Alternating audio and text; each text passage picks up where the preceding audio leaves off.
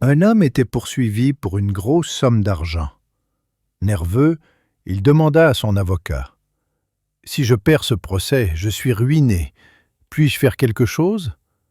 L'avocat répondit. « Tout dépend du juge maintenant. » L'homme hésita, puis demanda. « Cela aiderait-il si j'envoyais une boîte de cigares au juge ?» Les yeux de l'avocat s'écarquillèrent. « Absolument pas. Ce juge est intègre. Une telle chose pourrait ruiner votre affaire. Ne lui souriez même pas. » Le client acquiesça. « Compris.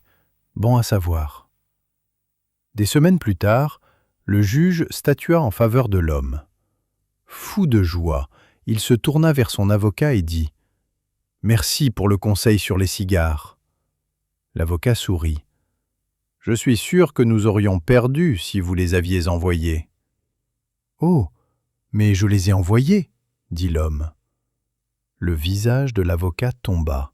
« Vous avez quoi ?»« Relax, » dit l'homme.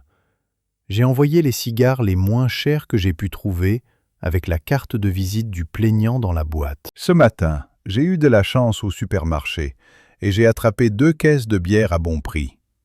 Fier de ma trouvaille, je les ai placées sur le siège avant et j'ai pris la route. En chemin, je me suis arrêté dans une station-service. En faisant le plein, j'ai remarqué une blonde absolument superbe en mini-jupe à la pompe voisine. Elle regarda les caisses de bière, sourit, puis se pencha, passa la tête par ma fenêtre passager et dit d'une voix sensuelle « Je crois beaucoup au troc, mon vieux. Serais-tu intéressé par un échange contre de la bière ?» J'ai fait une pause, la regardé dans les yeux et demandé « Ça dépend. Quel genre de bière as-tu » Un homme rentre chez lui avec un cerf qu'il a chassé et décide de le cuisiner pour le dîner. Avant de le servir, il se tourne vers sa femme et dit « Ne disons pas aux enfants quelle viande c'est. Faisons-en un jeu de devinette. » À table, les enfants commencent à manger et demandent « Papa, c'est délicieux, qu'est-ce que c'est ?» Le père sourit et dit « Je vais vous donner un indice.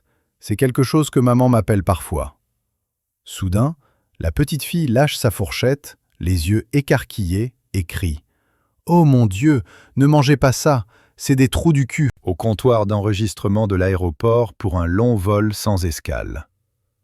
L'agent regarde le mari d'un air apologétique et dit « Je suis vraiment désolé, monsieur.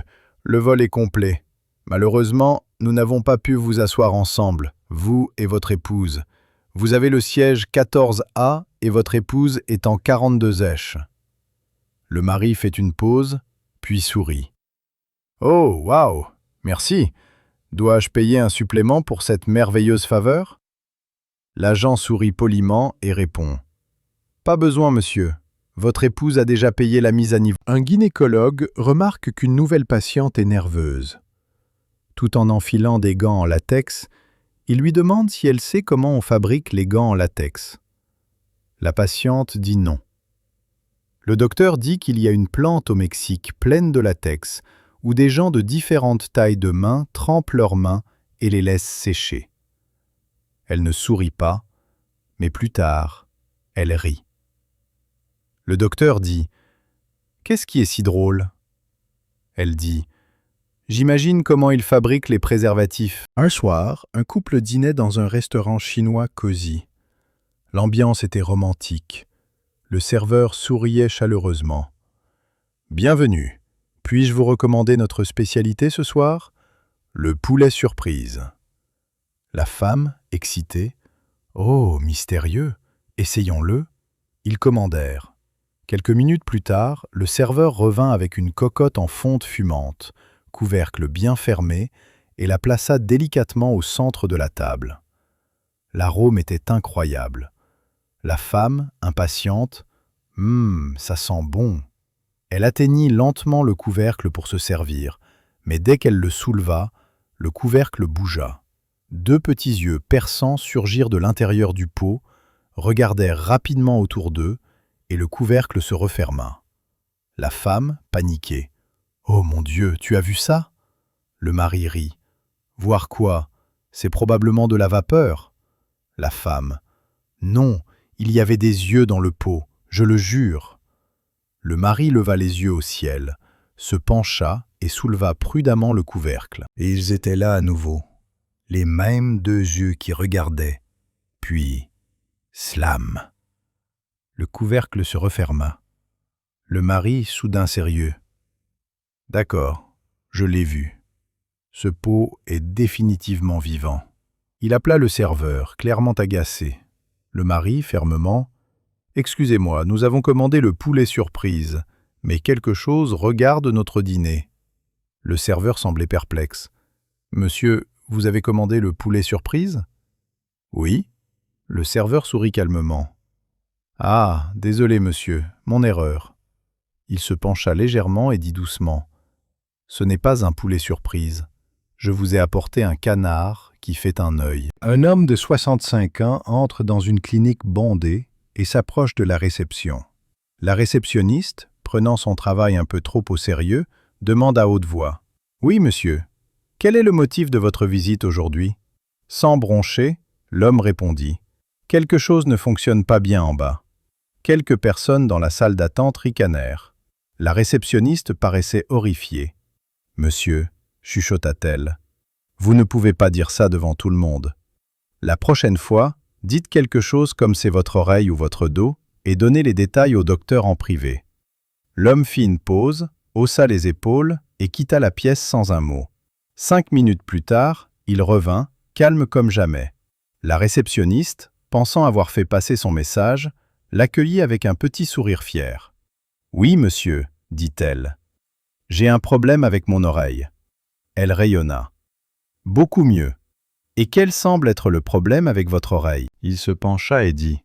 « Je n'arrive pas à pisser par là. » La pièce explosa de rire.